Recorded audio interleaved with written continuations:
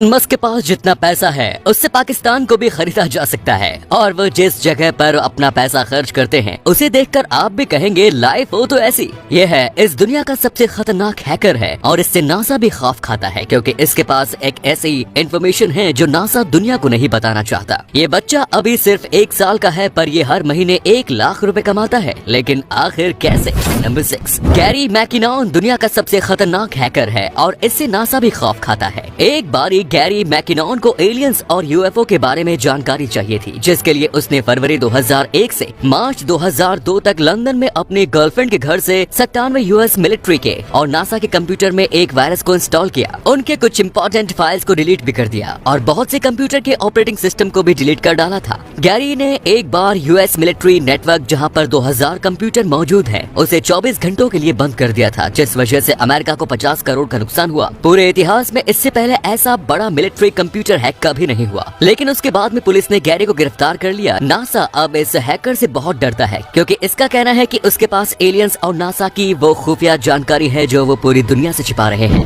Number 5, Elon Musk इस दुनिया के सबसे अमीर इंसान है, लेकिन आखिर वो इतना सारा पैसा खर्च कहाँ करते हैं? आपको जानकर हैरानी होगी क्योंकि अगर एलन मस्क चाहें तो इतने पैसे से आलीशान जिंदगी जी सकते हैं, लेकिन वो एकदम सिंपल लाइफ जीते हैं और कभी कभी वे काम करते करते टेस्ला के ऑफिस में ही सो जाते हैं। एलन को ज्यादा मैटेरियलिस्टिक चीजों का शौक नहीं है, लेकिन एलन को एक चीज का बहुत शौक है और वो है पुरानी रॉयल कार्स का। 2013 में एलन मस्क ने 7 करोड़ की rare Lotus Esprit sports car खरीदी थी जो 1977 में जेम्स बॉन्ड मूवी में इस्तेमाल की गई थी। एलन के पास खुद के 2 प्राइवेट जेट्स भी है जिसकी कीमत 470 करोड़ रुपए है। एलन पार्टी बहुत ही कम करते हैं, लेकिन जब भी करते हैं तो कोई रोक टोक नहीं होनी चाहिए, इसीलिए उन्होंने न्यूयॉर्क में कॉस्टली पार्टी के लिए एक किला खरीद रखा है। एलन ने साउथ अफ्रीका, कनाडा और अमेरिका 3 देशों की नागरिकता भी खरीद रखी है। इसके अलावा एलन मस्क अपना पैसे रियल एस्टेट के बिजनेस में भी खर्च करते हैं। उनके घर की कीमत 120 करोड़ रुपए है। मस्क दी गिविंग प्लेस नाम की चैरिटी संस्था से जुड़े हुए हैं, जिससे बिल गेट्स और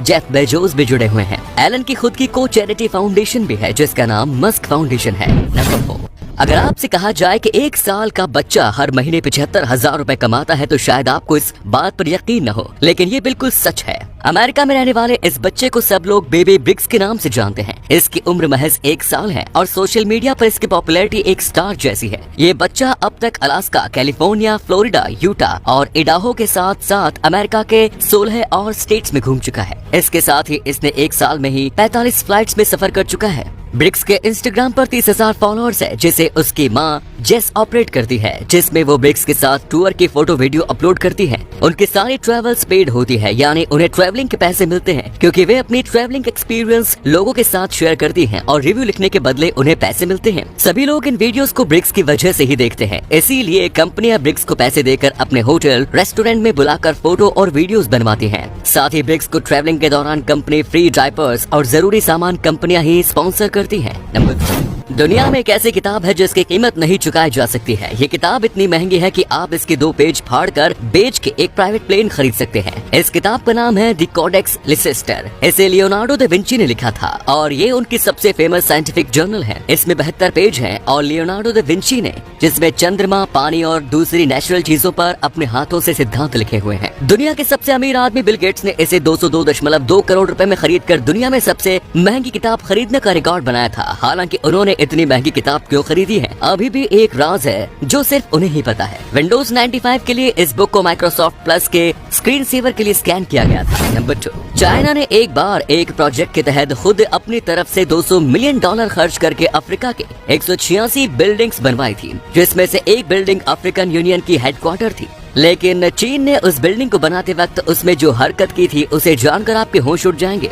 2017 में एक बार एक टेक्नीशियन ने रात के 2 बजे देखा कि इमारत के सर्वर डेटा की बहुत ज्यादा कंजप्शन कर रहे थे, जबकि रात को 2 बजे उस इमारत में कोई था भी नहीं।